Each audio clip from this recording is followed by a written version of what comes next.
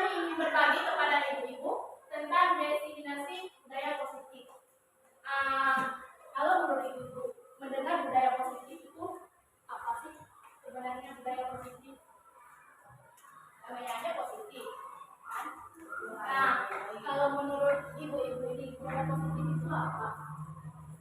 Budaya yang mengatakan ada hal-hal yang menunjukkan kebaikan, yang bisa dicontoh. Kalau menurut Bapak Ibu di sekolah kita sudah diterapkan nggak budaya positif ini? Hah? Apa saja? Senang pagi, pakai olahraga, habis itu variasi seperti ada banyak ya, sebenarnya kita sudah menerapkan ya. Jadi kita nggak asing lagi dengan yang namanya budaya positif. Ya, tujuannya itu adalah menurut Ki Hajar Dewantara menuntun segala kekuatan kodrat yang ada pada anak sesuai kodrat alam dan kodrat zaman agar mereka mencapai keselamatan dan kebahagiaan yang setinggi-tingginya. Jadi menurut sesuai dengan kodrat alam dan kodrat zaman. Kalau di alam, kodrat alam itu kita sesuai dengan memanfaatkan segala lingkungan yang ada di tempat kita dan mengikuti perkembangan zaman. Terus pendidikan menghamba pada murid. Itu dulu sebenarnya yang bilang menghamba pada murid bukan berarti murid itu mengdetek guru, enggak. Kita itu menghamba menuntun siswa, memotivasi siswa dan mendorong apapun kreativitas dan keinginan siswa dalam menggapai cita-citanya. Di sini diibaratkan guru itu seperti petani. Kalau petani itu kan dia mulai dari menggarap sawah, menanam bibit, menanam padi sampai hasil panen nanti. Begitu juga dengan seorang guru yang dari awalnya mempersiapkan kelas, terus membimbing, menuntun, memotivasi dan mendorong keinginan serta kreativitas siswa dalam menggapai cita-citanya untuk masa depan. Nah, yang tadi kita katakan budaya positif itu adalah suatu pembiasaan yang bernilai positif, dalamnya mengandung sejumlah kegiatan yang mampu menumbuhkan karakter siswa. Di sekolah kita sudah ya adanya yang pertama itu adanya pembiasaan 5S. 5S ya. Waktu anak-anak datang kita sudah menunggu mereka, sapa, salam, senyum, sopan santun. Terus belajar waktu awalnya berlakukan dengan kegiatan-kegiatan lainnya. Nah, di sini. Dalam kita mendisiplinkan anak itu, menurut Bapak Ibu ini ada beberapa pernyataan. Menurut Bapak Ibu ini benar apa salah ya? Pemberian hukuman dapat mendisiplinkan siswa. Menurut Bapak Ibu ini benar apa salah? Hukuman ya, hukuman. Salah. Pemberian hukuman dapat mendisiplinkan bahkan siswa makin melawan. Berarti pernyataan ini nggak benar ya? Ya. Seharusnya kita nggak memberi hukuman kan? Oke. Nomor 2, pemberian reward atau hadiah dapat meningkatkan motivasi dan prestasi siswa. Yang ketiga, guru harus mempunyai solusi untuk menyelesaikan masalah. Betul ya? Seterusnya, guru berperan sebagai teman bagi siswa. Betul? Oke. Next. Ini ada beberapa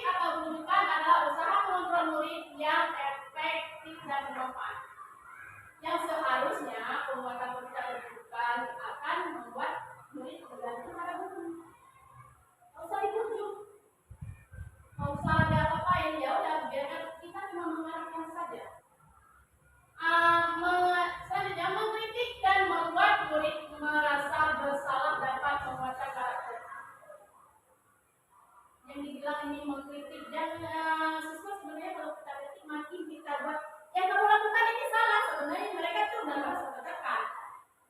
Nama di dalam hati mereka akan mungkin saya salah selalu saya salah. Apa yang harus saya lakukan? Dia akan bertanya-tanya seperti itu. Selanjutnya guru sebagai orang dewasa memiliki hak untuk memaksa. Apakah kita boleh memaksa?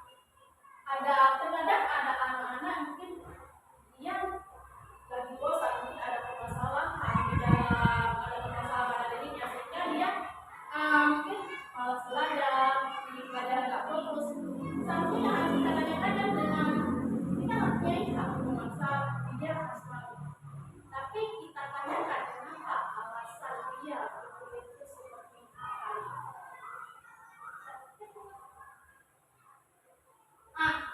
Di sini kan saya ingin ibu perwakilan dua orang aja. Di sini ada sedikit percobaan tentang paradigma belajar. Anda dan teman dan dua orang aja melakukan kegiatan misalnya si A. Siapa nih ibu bapak yang bersedia dua orang saja melakukan percobaan ini? Dua orang saja. Jadi nanti salah satu dari ibu itu kan menulis hal yang paling penting yang menurut bapak, menurut ibu itu yang paling berharga bagi ibu. Satu kata aja, maksudnya hal yang paling berharga bagi ibu. Jadi nanti ada salah satu guru yang lain nanti akan merayu, meminta supaya kertas yang digenggamkan oleh guru tersebut mau dikasih kepada guru ini.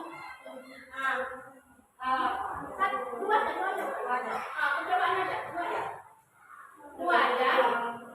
Salah satu perwakilan. Ini ada yang di depan boleh ya? Boleh ya? Ya. Misalnya siapa ini yang menjadi si A nih?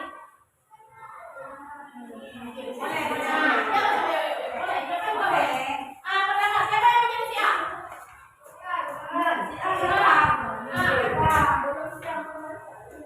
Saudara tuliskan satu hal yang paling berharga bagi Bu Nora. Satu hal saja yang paling berharga menurut Bulfa yang paling berharga itu apa? Kalau jadi siswa semua hal. Satu Bu Nora aja nanti Bu Nora merayu Bu Nora dengan segala cara supaya kertas yang di genggaman Bu Nora itu mau diberikan kepada terbuka. Jadi apakah Bu Nora ini akan memberikan hal yang berharga bagi beliau itu kepada Bu Nora? Udah tulis. Rayulah Bu Nora sedemikian rupa, boleh dengan menggoda, memberi tadi menawari uang apa saja. Merayu supaya kertasnya Mau bisa saya terbuka. Mau kasih beli kertas. Kita yang apakah Bu Nora ini bisa dirayu melalui iya.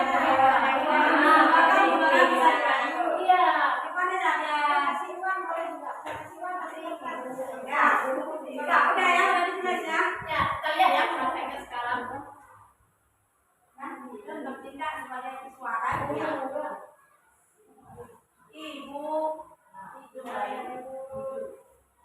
Ibu cantik, ibu cantik deh hari ini. Ibu baik deh hari ini. Kenapa ya, Nak? Boleh enggak? Saya mau minta yang ada di tangan ibu. Ini sesuatu yang berharga, Bu. Boleh dikasih siapa pun nggak boleh.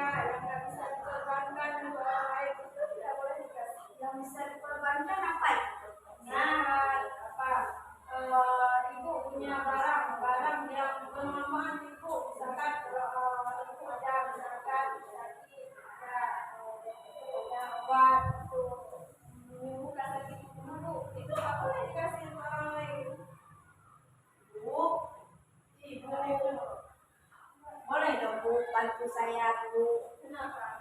Ibu itu apa ya? Yang di tangan ini. Oh, Ibu, kalau boleh bantu saya, Bu. Boleh nggak Ibu kasih? Boleh nggak? Bisa ya, ya bisa ya. Ini kebetulan ibu.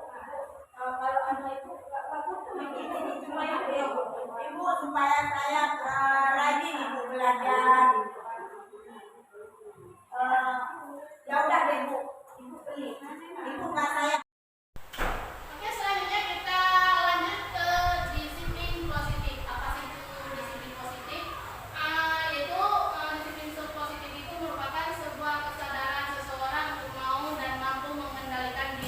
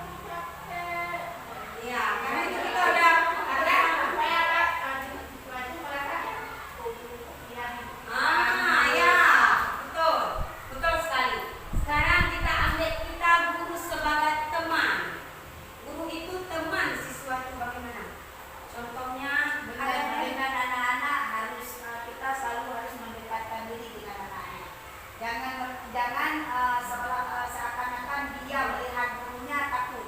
Tidak. Iya. Ya, bagus. Kalau guru sebagai pemantau, meskipun guru tidak di kelas, anak-anak di kelas, guru harus tahu apa yang dilakukan, dikerjakan anak-anak di dalam kelas. Begitu juga sebaliknya di saat anak-anak bermain di lapangan, saat guru tidak bersama siswa, guru harus bisa melihat, memantau siswa yang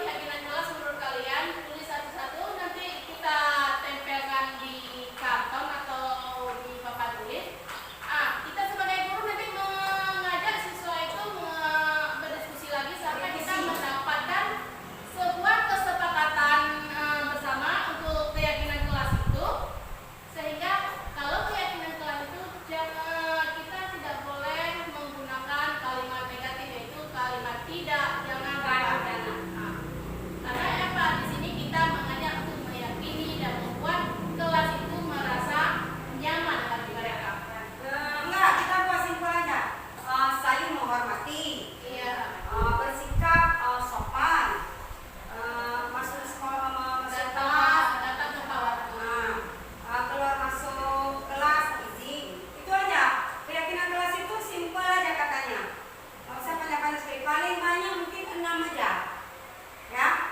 Udah, next. Kita masuk segitiga restitusi ya. Ini segitiga restitusi. Bukan segitiga di matematika ya. Ini proses menciptakan kondisi bagi murid untuk memperbaiki kesalahannya, sehingga mereka bisa kembali pada kelompok mereka dengan karakter yang lebih kuat. Melalui restitusi, guru dapat membantu murid menjadi lebih memiliki tujuan disiplin positif. Di sini kita membuat segitiga restitusi dengan menanyakan dulu kondisi siswa, menstabilkan identitas siswa. Ini yang pertama. Yang kedua, memvalidasi tindakan yang salah. Yang ketiga, baru meyakinkan keyakinan. Baru ada keyakinannya kan. Ini di kelas bisa kita terapkan. Misalnya ada kasus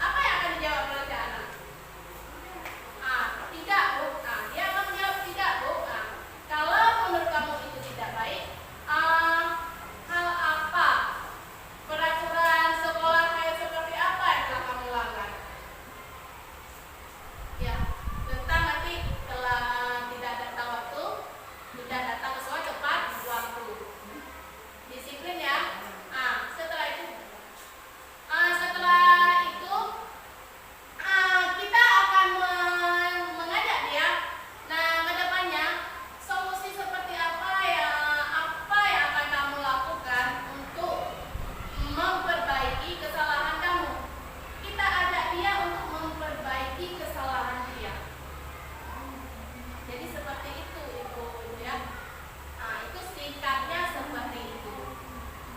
Ya. Mungkin dari ibu-ibu ada masukan?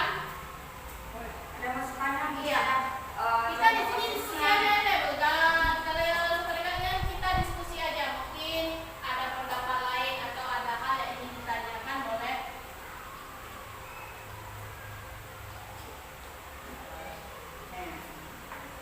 Enggak.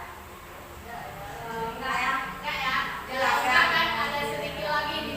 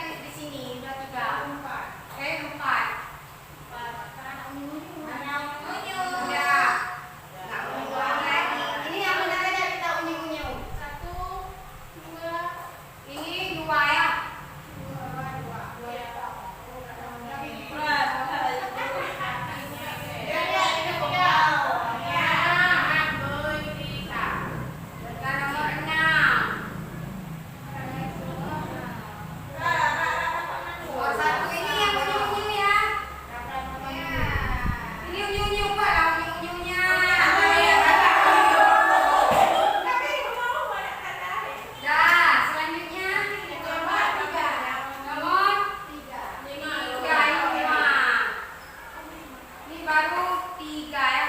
Enggak nyonyo.